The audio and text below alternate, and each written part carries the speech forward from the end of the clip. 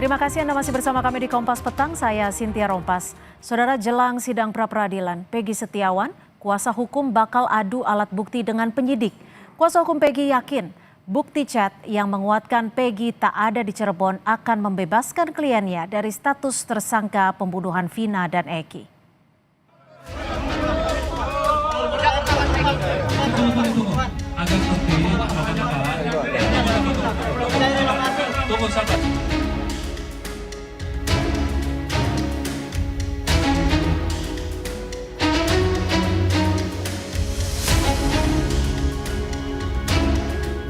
Peggy Setiawan, tersangka kasus pembunuhan Vina dan Eki di Cirebon, Jawa Barat, akan menghadapi sidang pra-peradilan pada 24 Juni 2024 mendatang. Sejumlah alat bukti telah disiapkan tim kuasa hukum Peggy untuk meyakinkan hakim bahwa jika prosedur penahanan serta status tersangka yang ditetapkan terhadap kliennya tidak tepat. Salah satu yang akan dilampirkan kuasa hukum Peggy adalah bukti percakapan kliennya dengan temannya di media sosial Facebook yang memperkuat jika Peggy berada di Bandung saat peristiwa pembunuhan Vina dan Eki terjadi di Cirebon. Kami ini tidak bersalah, tidak terlibat.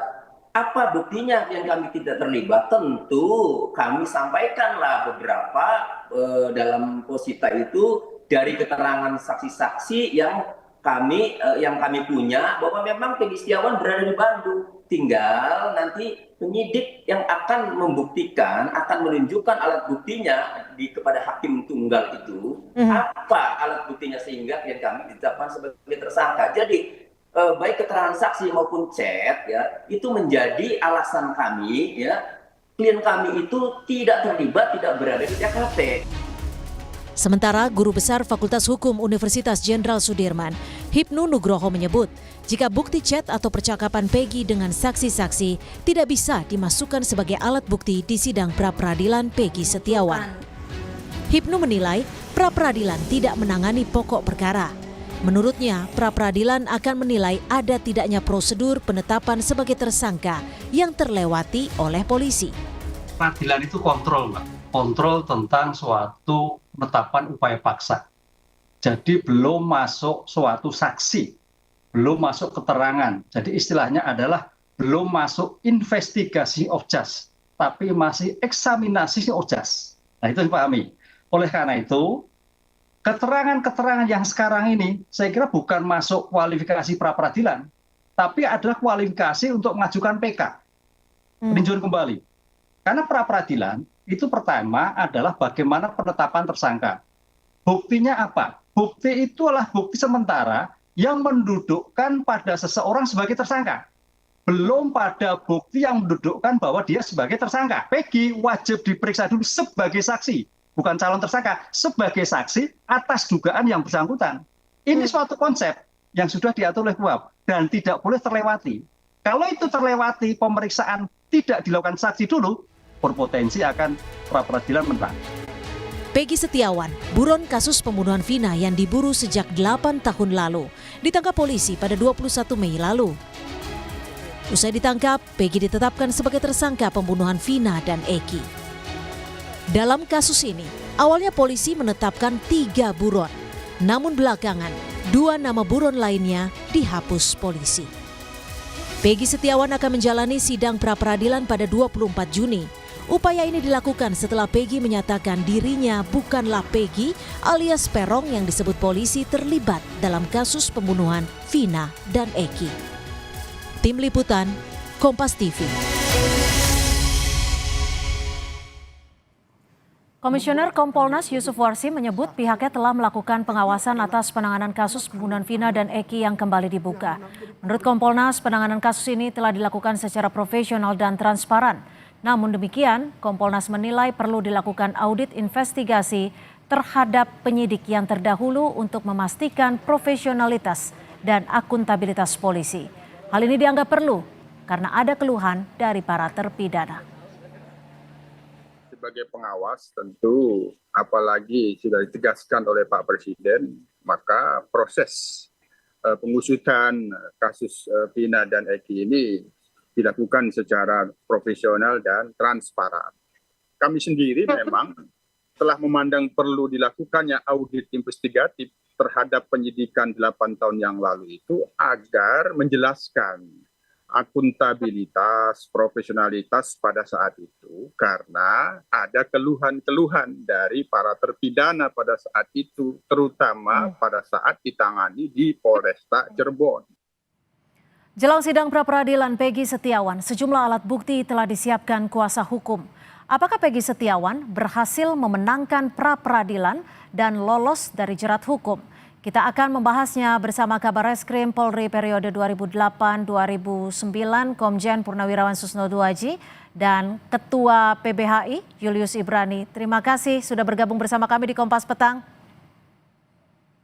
Terima kasih, selamat Sore. petang. Ya, Selamat sore, Pak Julius. Selamat sore. Saya ke Susno. Mas Julius terlebih dahulu. Mas Julius, Anda jika melihat kasus ini memungkinkan tidak jika Peggy memenangkan pra-peradilan pada 24 yang sidangnya dimulai 24 Juni mendatang? Oke, kalau dibilang kemungkinan ini nggak bisa teka-teki ya, Cynthia ya, karena sebetulnya aturan terkait dengan pra-peradilan ini rigid sekali, gitu ya. Kita merujuk pada pasal 77, lalu juga ada spesifikasi pasca putusan MK Mahkamah Konstitusi nomor 21 tahun 2014. Jadi fokusnya itu di objek yang menjadi dasar seseorang ditetapkan sebagai tersangka, seseorang dikenakan penahanan, dikenakan penangkapan atau upaya paksa itu. Nah, yang saya lihat, yang saya perhatikan dari kasus ini, memang selalu fokus pada subjek, gitu. Jadi bagaimana caranya subjek ini dicari alat buktinya agar bisa kuat penetapan tersangka dan upaya paksa lainnya, penangkapan penahanan. Nah, upaya peradilan yang harusnya diajukan ini sebetulnya upaya untuk melakukan challenge terhadap dasar penetapan tersangkanya. Nah, ini yang belum terungkap sampai saat ini juga belum terbuka terang benderang secara luas ke masyarakat. Apakah penetapan tersangkanya ini didasari oleh alat-alat bukti yang cukup? Jadi dari sini saja peluangnya sudah terbuka untuk mengajukan pra-peradilan. Terlebih lagi misalnya alat buktinya hanya dari satu sisi pihak penyidik saja dan berupa keterangan orang-orang saja tanpa dikuatkan model alat bukti yang lain, gitu. Nah, ini tentu ada human error, ada apa dan segala macam, sehingga peluang itu terbuka lebar. Jadi kalau kita bicara kemungkinan dari segi asumsi bahwa objek ini adalah keterangan-keterangan dari personal, maka tentu ada peluang untuk mengajukan pra-peradilan. Tapi tadi saya katakan perlu ada objek yang lebih kuat dari sekedar keterangan personal saksi-saksi yang kita tahu banyak distraksinya sejak pemeriksaan pertama, gitu. Saya ke Pak Susno. Pak Susno, berdasarkan pengalaman Anda sebagai Kabar Reskrim, ketika menangkap seseorang dibutuhkan dua alat bukti yang sah seperti itu.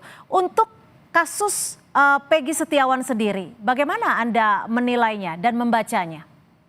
Kita menilai dari apa yang terangkat ke permukaan oleh media, ya. Apa yang disampaikan oleh penyidik melalui siaran pers, karena kita kan hanya mengamati dari situ. Kalau yang ada sekarang ini dari alat bukti 184 harus minimal 2 untuk melakukan upaya paksa penangkapan, penahanan, dan lain-lain itu termasuk menjadikan dia tersangka. Nah, itu yang belum kelihatan. Yang nampak adalah justru yang sangat lemah. Keterangan saksi yang itu posisinya sangat lemah. Karena saksi itu lemah sekali, bisa berubah, kemudian tidak objektif, bisa berbohong, dan sebagainya. Apalagi saksi dari Peggy bertentangan dengan saksi yang dikemukakan oleh penyidik. Dan saksi dari Peggy ini harus diperiksa. Berarti kalau menurut saya, keterangan saksi itu jelas gugur. Kita lihat saja nanti, kita awasi hakimnya menggugurkan keterangan saksi itu apa tidak. Nah, yang kedua adalah petunjuk. Kalau dia mengatakan petunjuk itu berupa pisem, itu gugur juga. Kenapa? Di pisem itu tidak tercantum nama Peggy sebagai pelaku. Nah, yang ketiga dikatakan mungkin juga petunjuk adalah laporan polisi atau berupa surat atau apa, terserah menamakannya itu ya nanti ya. Itu justru yang dipersoalkan, justru laporan polisi itu mengandung cacat, itu isinya, materinya banyak yang palsu gitu, keterangan yang disampaikan oleh Rodiana. Yang ketiga, kita belum melihat ada bukti-bukti saintifik yang diajukan. Nah, kalau ada bukti saintifik yang menohok, nah itu baru. Tapi Pak Susno, tapi gini, kalau seseorang memiliki status DPO, itu bisa langsung ditetapkan sebagai tersangka tidak? Karena tadi kemarin berdasarkan statement dari pakar hukum pidana, Prof. Hipnu, menyatakan meskipun sudah ditetapkan sebagai DPO, tidak serta-merta menjadi tersangka, tetap harus ada diperiksa dulu sebagai saksi. Iya tidak bisa dong. DPO itu kata siapa dia DPO? DPO lah sudah dicantumkan di dalam putusan pengadilan pun justru itu yang harus dibuktikan. Apakah PG-nya PG yang ditangkap ini atau PG yang lain? Di Jawa Barat ada ribuan DPO, jadi tidak bisa putusan pengadilan, tidak bisa juga surat DPO atau keputusan DPO dijadikan sebagai alat bukti untuk menangkap dia. Kalau hakim menjadikan itu, nah hakimnya ini perlu dipertanyakan, makanya Komisi Yudisial harus mengawasi ini. Baik, Karena ini kan hakim tunggal, putusannya final. Gitu. Oke, kami tangkap. Mas Julius, ini kan kuasa. Saya pakai kata kunci yang disampaikan Bang Susno tadi. Scientific evidence itu yang belum terlihat saat ini. Jadi kalau kita bilang oke, pakai chat itu mungkin kuat. Tapi siapa yang bisa membuktikan bahwa chat itu atau status medsos itu diposting atau diupload oleh Peggy? Dan apakah di situ terlihat posisinya, apakah digunakan location yang di-share, apakah IP address yang digunakan itu juga adalah milik Peggy di mana letaknya ada di Bandung. Jadi kalau sampai situ saja, ini sama seperti keterangan-keterangan saksi yang sifatnya personal tadi. Jadi makanya sebetulnya kata kunci pertama itu adalah scientific evidences. Tak pertanyakan itu dari para penyidik. Kalaupun itu tidak bisa dijawab, maka akan lebih kuat lagi ketika kuasa hukum Peggy membeberkan atau membawa scientific evidences yang lain yang lebih detail, lebih spesifik dan mengena daripada sekedar keterangan-keterangan manusia. Yang kita tahu dari awal ini banyak sekali distraksinya, banyak tekanannya, dan mungkin dipengaruhi juga oleh situasi pemberitaan yang begitu luar biasa, gitu Cynthia. Ada kontroversi juga dalam kasus ini. Saya ke Pak Susno, kalau Anda melihatnya dugaan keterlibatan dari Ibtu Rudiana, ayah Eki, bagaimana Anda membacanya?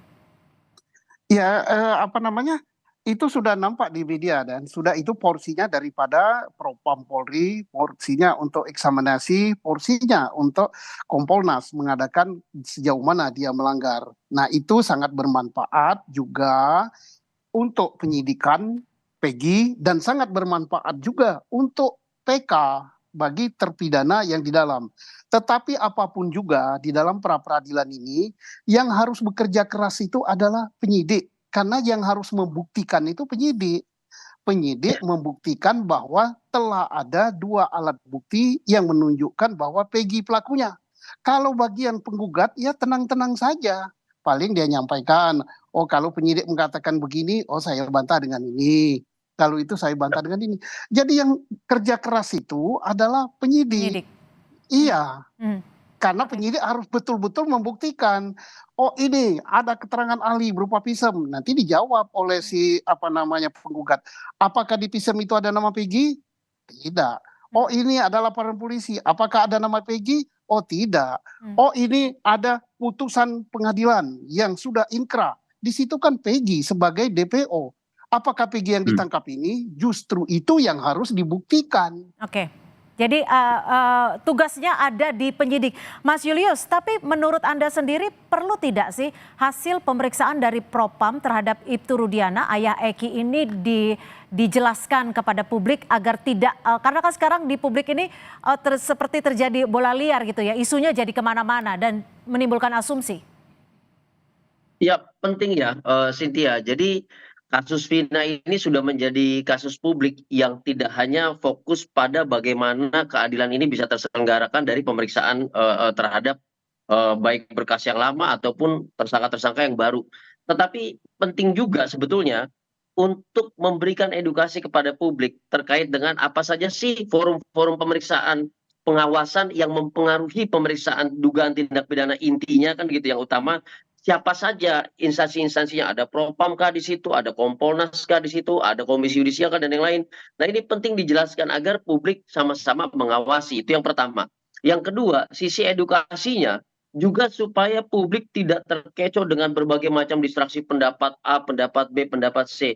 Sebanyak-banyaknya penjelasan dari instansi yang relevan dan berwenang, maka pendapat publik tidak akan menjadi liar dan justru akan semakin solid.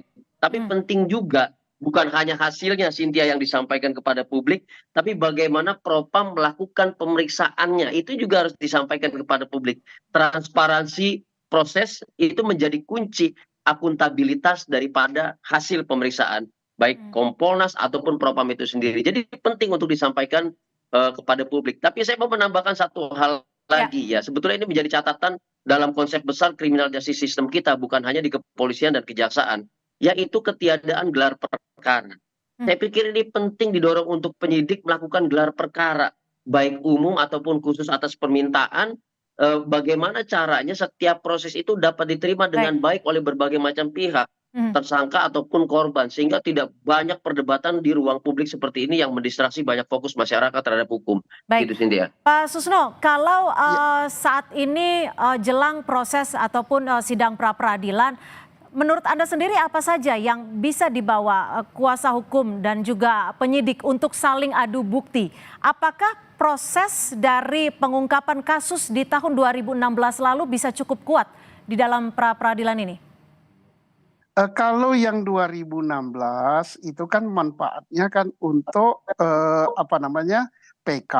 Tetapi yang paling bagus adalah saksi-saksi mahkota, yaitu para terpidana yang mencabut keterangannya, baik si Liga Akbar, kemudian siapa lagi. Nah itu yang penting, karena artinya kesaksian yang diberikan yang dulu kalau dipakai oleh penyidik sekarang untuk menjerat si Akbar itu udah gugur. Maka alat bukti betul berupa keterangan saksi yang dipakai penyidik udah sangat lemah. Tinggal apa lagi? Surat atau keterangan ahli itu juga lemah juga. Nah sekarang tinggal satu-satunya yang kita tidak tahu dan mudah-mudahan ini ada ya, supaya tidak menjadikan heboh, yaitu berupa scientific ya. Scientific itu nggak bisa terbantahkan. Misalnya ini DNA-nya Peggy ada di bajunya si siapa namanya Vina. Ini darahnya siapa namanya Eki ada di bajunya si siapa Peggy. Ini sidik jarinya si Peggy tertinggal di samurai yang disita. Scientific evidence. Tapi Pak Susno, terkait dengan pencabutan 2 DPO ini bisa menguatkan pra-peradilan tidak sih? Dan kalau di kepolisian itu suatu hal yang wajar tidak sih ketika DPO dicabut bahkan setelah 8 tahun berselang? Nah itu justru melemahkan daripada penyidik gitu. Kenapa? PG kan statusnya DPO juga, baik DPO yang dibuat oleh Polri, oleh penyidik, maupun DPO yang ditulis di dalam putusan pengadilan.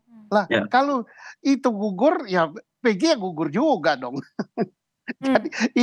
Jadi artinya ini menang atau tidak kalau dari syarat administratif atau syarat alat bukti udah kuat sekali, tapi tinggal kita bisa punya hakim yang jujur, yang netral, yang adil, yang cinta pada kebenaran dan keadilan, yang punya integritas atau tidak. Hanya itu aja kuncinya.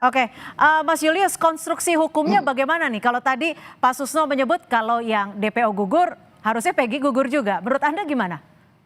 Ya harusnya berpijak pada satu peristiwa yang sama, yang artinya satu alat bukti yang sama ya. Ketika alat bukti yang sama itu bisa menggugurkan pihak lain, bisa jadi itu peluang bagi pihak tersangka yang lain juga gugur. Kan gitu, karena tidak mungkin satu peristiwa alat buktinya beda-beda. Kan samurainya sama dan yang lainnya sama gitu. Keterangan saksinya juga bisa sama, ketika berubah ya tentu mempengaruhi tersangka satu sama lain kan itu. Tapi yang mesti dipikirkan adalah begini. Ya tadi konsep bahwa satu peristiwa dengan alat bukti yang sama, apabila ada perubahan penetapan tersangka atau DPO, tentu mempengaruhi satu sama lain, iya itu pasti. Tapi saya ingin membahas juga bahwa jangan sampai ini ada solidaritas hakim, ini paling penting Bang Susno ya. Ketika hakim yang awal telah memutuskan bersalah dengan BAP yang belum diubah dengan alat bukti dan segala macam keterangan yang memenjarakan para terpidana sekarang, jangan-jangan nanti pas pra-peradilan dia merujuk pada sesuatu yang telah diputuskan sebelumnya, putusan yang telah diputuskan sebelumnya, lalu mengatakan perubahan saat ini belum bisa menggugurkan putusan sebelumnya. Karena putusan sebelumnya adalah pokok perkara, sedangkan pra peradilan adalah mengenai objek alat bukti dan prosedur upaya paksa termasuk penetapan tersangka di dalamnya. Ini jangan sampai seperti ini. Artinya Kacau. tidak tergali kebenaran material dalam hal Ya. penetapan tersangka, penangkapan dan penahanan. Sepertinya itu yang harusnya menjadi fokus kita, Cynthia. Oke, singkat saja Pak Susno, jika Anda bisa membaca dan menilai kasus ini sebagai mantan Kabar Eskrim, kalimat apa yang bisa Anda sampaikan? Singkat saja. Iya, kalimat saya adalah kejujuran aparat penegak hukum bahwa dia cinta keadilan dan kebenaran. Itu saja. Hakimnya mari rakyat Indonesia mengawasi hakimnya. Dah. Baik, rakyat Indonesia mengawasi hakimnya. Terima kasih. Kabar Eskrim Polri periode 2008-2009, Komjen Purnawirawan Susno Duaji, dan juga Mas Julius Ibrahim, Ketua PBHI, sudah memberikan perspektifnya di Kompas Petang sore hari ini. Selamat sore.